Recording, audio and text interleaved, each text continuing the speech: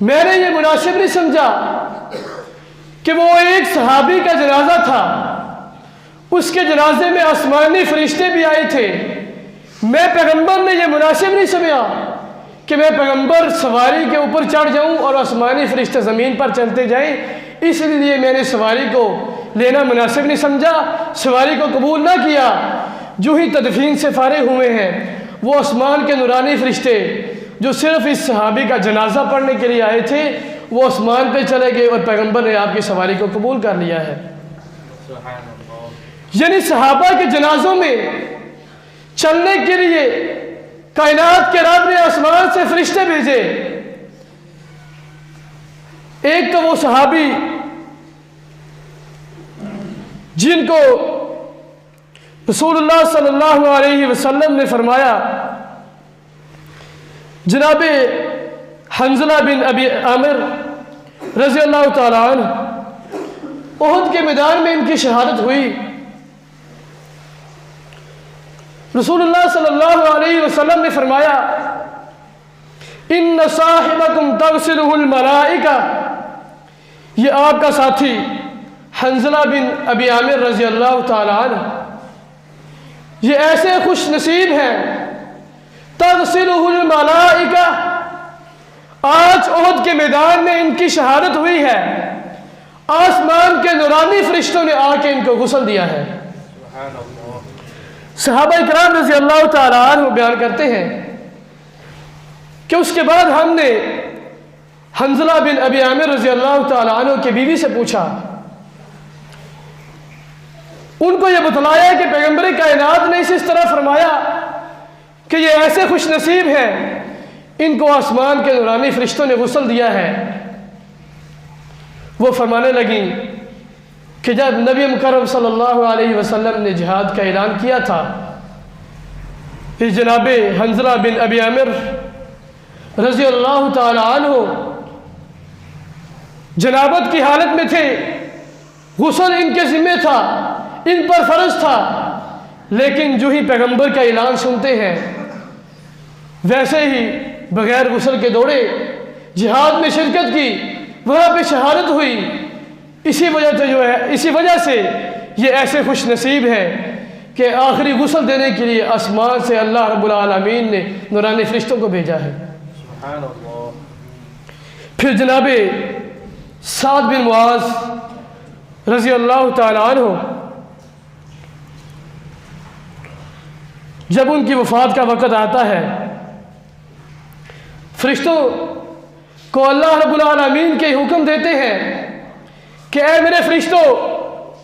آج سعد بن معاذ رضی اللہ تعالی عنہ ان کی روح آسمان پہ آ رہی ہے، ان کو غسل بھی دینا ہے، ان کی میت کو اٹھانا ہے۔ ان کو پروٹوکول دینے کے لیے اللہ رب العالمین آسمان سے فرشتوں کو نازل کرتے ہیں۔ فرشتے جھک جھک کر سلام پیش کرتے ہیں، ان کی چارپائی کو اٹھایا جاتا ہے۔ جب جنازہ پڑا، زبان نبوت سے یہ چار کلمات نکلے، ان الملائکہ کانت تحملہ، اے جنازے میں آنے والے صحابہ سن لو، یہ سعد بن معاذ رضی اللہ تعالی عنہ یہ ایسے خوش نصیب ہیں کہ آج ان کی چارپائی کو آسمان کے فرشتوں نے کندھا دیا ہوا ہے۔ پھر بخاری کی ایک روایت میں تو یہاں تک آیا کہ صحابہ کرام رضی اللہ تعالی عنہ بیان کرتے ہیں کہ جنازہ لے کے جا رہے تھے، اچانک جناب سعد بن معاذ رضی اللہ تعالی عنہ کی چارپائی حرکت میں آئی، قابو سے باہر ہونے لگی۔ ہم نے پوچھا، اے اللہ کے رسول، یہ حد درجہ ہلکی پھلکی، یہ اس قدر ہلکی چارپائی آج تک ہم نے نہیں دیکھی، یہ چارپائی اوپر کو اٹھتی ہے، یہ حرکت کیوں کرتی ہے؟ رسول اللہ صلی اللہ علیہ وسلم نے فرمایا، ان الملائکۃ کانت تحمل، یہ ایسے خوش نصیب ہیں کہ آج جناب سعد بن معاذ رضی اللہ تعالی عنہ کی میت والی چارپائی کو اٹھانے کے لیے آسمان کے نورانی فرشتے آئے ہوئے ہیں۔ پھر آپ نے فرمایا وَفُتِحَتْ لَهُ أَبْوَابُ السَّمَاءِ، یہ ایسے خوش نصیب ہیں کہ آج ان کے لیے آسمان کے سارے دروازوں کو کھول دیا گیا ہے۔ پھر آپ نے فرمایا وَهَذَا الَّذِي تَحَرَّكَ لَهُ الْعَرْشُ عرش الرحمن، یہ ایسے خوش نصیب ہیں جن کے استقبال میں آج خدا کا عرش بھی جھوم اٹھا ہے۔ امام ذہبی رحمہ اللہ تعالی لکھتے ہیں کہ اللہ کے عرش کا ہلنا، حرکت میں آنا، اس کا مطلب یہ ہے کہ اللہ رب العالمین کو ان کی عمل میں اس قدر خوشی ہوئی، ان کی ملاقات کو اس قدر اچھا سمجھا کہ اللہ رب العالمین کو خوشی ہوئی، اسی خوشی سے عرش بھی جھوم اٹھا، اسی خوشی کی وجہ سے وہ عرش حرکت میں آنے لگا۔ پھر رسول اللہ صلی اللہ علیہ وسلم فرماتے ہیں وَشَهِدَهُ 70 أَلْفًا وَشَهِدَهُ 70 أَلْفًا، جناب سعد بن معاذ رضی اللہ تعالیٰ عنہ ایسے خوش نصیب ہیں کہ آج ان کے جنازے میں حاضر ہونے کے لیے آسمان سے 70,000 فرشتے کائنات کے رب نے بھیجے ہیں۔ اللہ رب العالمین سے دعا کرتے ہیں کہ وہ ہستیاں جن سے کائنات کا رب اس قدر محبت کرتا تھا، اس قدر محبت کرتا ہے اور کرتا رہے گا، کائنات کا رب ہمیں بھی ان سے محبت کرنے کی توفیق عطا فرمائے اور ان کے نقش قدم پر چلنے کی توفیق عطا فرمائے، ان کے مقام کو پہچاننے کی توفیق عطا فرمائے۔ وآخر دعوانا ان الحمد للہ رب العالمین۔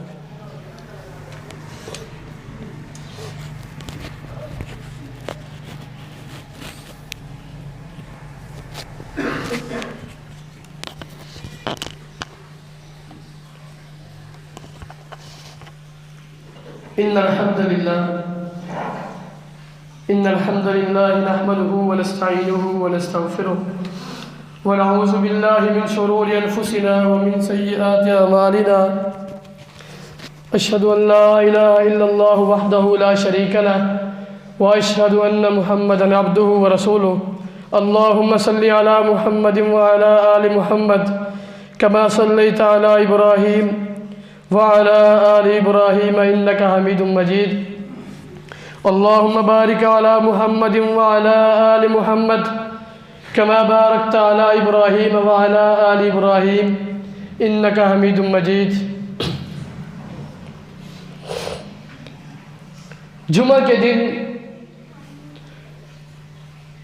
رسول اللہ صلی اللہ علیہ وسلم کی صحابہ کا یہ معمول ہوتا تھا۔ صحابہ اکرام رضی اللہ تعالیٰ عنہم بیان کرتے ہیں کہ جمعہ کے دن ہم ناشتہ نہیں کیا کرتے تھے، کیا کرتے تھے؟ صبح سے ہی مسجد میں آ جاتے اور جمعہ ادا کر کے واپس چلے جایا کرتے تھے، اور بعض کسی کام کے غرض سے چلے جاتے، غسل وغیرہ کر کے اچھے طریقے سے تیاری کر کے مسجد میں حاضر ہوتے۔ جمعہ سے قبل آنا یہی جمعہ کا حق ادا کرنا ہے، جمعے کے دوران آنا یا جمعے کی نماز صرف اس کو ادا کرنا، یہ صرف اور صرف فرض کو ادا کرنا تو ہو سکتا ہے، لیکن وہ مقام، وہ اس کا اجر و ثواب نہیں ہے۔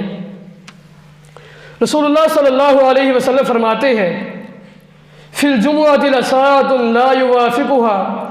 عبد مسلم یسأل اللہ فیہا خیرا الا اعطاہ ایاہ۔ آپ فرماتے ہیں کہ جمعہ کے دن ایک گھڑی، کچھ وقت، کچھ لمحات اللہ رب العالمین نے ایسے رکھے ہوتے ہیں کہ اگر مسلمان بندہ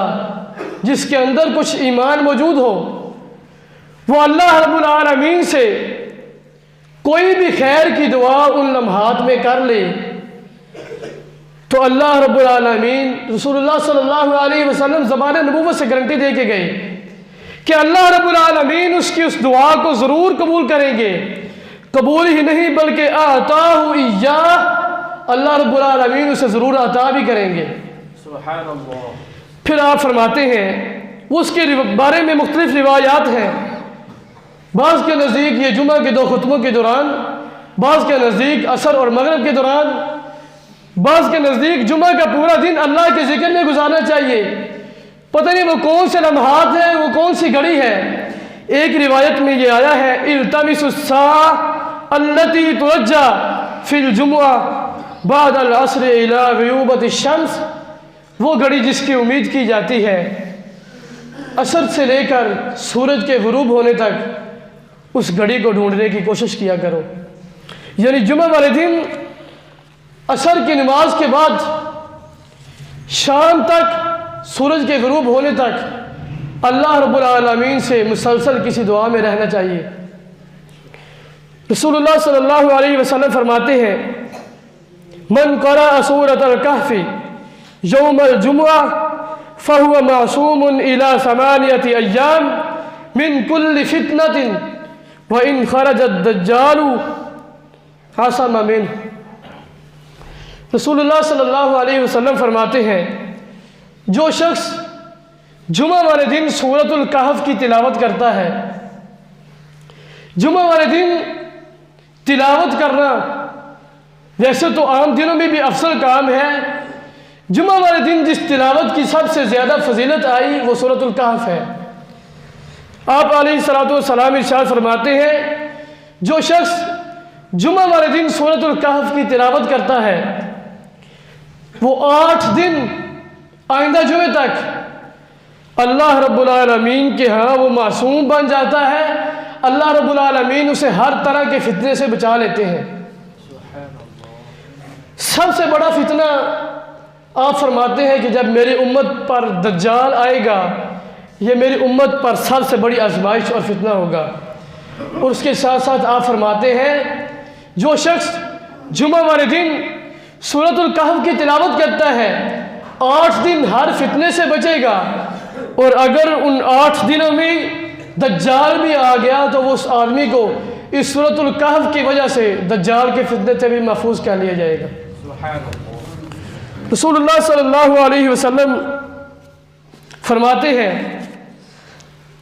اکثر الصلاۃ علیہ یوم الجمعہ فإنه مشہود یشہدہ الملائکہ۔ آپ فرماتے ہیں من صلی علیہ صلاۃ واحدۃ صلی اللہ علیہ عشرہ، جو بندہ مجھ پر ایک مرتبہ درود پڑھتا ہے میں کائنات کا پیغمبر اس کے لیے 10 مرتبہ رحمت کی دعا کرتا ہوں۔ اللہ رب العالمین اس پر 10 رحمتیں نازل کرتے ہیں، اس کی پریشانیاں ختم کرتے ہیں، اس آدمی کے گناہوں کو ختم کرتے ہیں، اس آدمی کے درجات کو بلند کر دیتے ہیں۔ آپ فرماتے ہیں اکثر الصلاۃ علیہ یوم الجمعہ، خصوصاً جمعے والے دن مجھ پر درود پڑھنا زیادہ کیا کرو، درود کا اہتمام کیا کرو۔ آپ علیہ الصلوۃ والسلام فرماتے ہیں فإنہ مشہود یشہدہ الملائکہ، یہ جمعے والا دن مشہود ہے، اس دن میں آسمان سے فرشتے اترتے ہیں۔ اے میری امت کے لوگوں، پیغمبر اسلام آپ کا پیغمبر جس نے قیامت کے دن آپ کی سفارش کرنی ہے وہ آپ کو یہ حکم بھی دے رہے ہیں، آپ سے یہ عرض بھی کر رہے ہیں کہ اکثروا الصلاۃ علیہ یوم الجمعہ، جمعے والے دن مجھ پر کثرت سے درود پڑھا کرو، اس دن میں فرشتے حاضر ہوتے ہیں۔ اور ایک روایت میں آپ فرماتے ہیں کہ جب میرا کوئی امتی درود پڑھتا ہے تو اس کا وہ درود مجھ تک پہنچا دیا جاتا ہے، پھر میں اس کا جواب بھی دیتا ہوں۔ جواب وہی ہے جو آپ نے فرمایا کہ صلی اللہ علیہ عشرہ، اللہ اس پر 10 رحمتیں نازل کرتے ہیں، میں دعا کرتا ہوں۔ بہرحال جمعے کے دن غسل کرنا، مسواک کرنا، خوشبو لگانا، عمدہ لباس پہننا، تیل لگانا، نماز فجر میں سورہ سجدہ کی تلاوت کرنا، سورہ دہر کی تلاوت کرنا، جمعہ والے دن مسجد میں جلدی آنا، امام کے قریب بیٹھنا، خطبہ کے دوران خاموشی کے ساتھ خطبہ سننا، درود پاک کی کثرت، یہ اس طرح کے کام رسول اللہ صلی اللہ علیہ وسلم کی مبارک سنتیں ہیں۔ اور اس کے ساتھ ساتھ یہ جمعہ کے لیے ضروری بھی ہے، اللہ رب العالمین سے دعا کرتے ہیں کہ اللہ رب العالمین ہمیں جمعہ کے دن ان سنتوں کا اہتمام کرنے کی توفیق عطا فرمائے، اور جمعہ والے دن ہمیں ٹائم پہ آنے کی توفیق عطا فرمائے۔ وآخر دعوانا الحمدللہ رب العالمین۔